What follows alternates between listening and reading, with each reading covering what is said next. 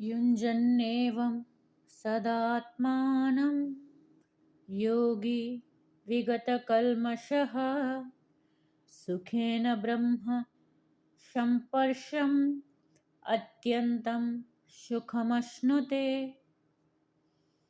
ఆ విధముగా ఆత్మనిగ్రహుడైన యోగి నిరంతరము యోగభ్యాసించుచు సమస్త భౌతిక కల్మషముల నుండి విముక్తుడై భగవానుని దివ్యమైన ప్రేమయుక్త సేవ యందు అత్యున్నతమైన సౌఖ్యమును పొందును.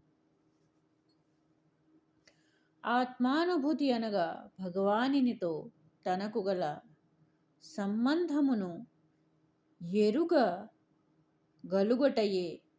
ప్రతి జీవాత్మ భగవానుని అంశమైనందున ఆ భగవానునికి దివ్యమైన సేవ చేయుటయే దాని నిజస్థితి. ఆత్మకు భగవానునితో గల అట్టి దివ్య సంబంధమే బ్రహ్మ సంస్పర్శమని పిలువబడును.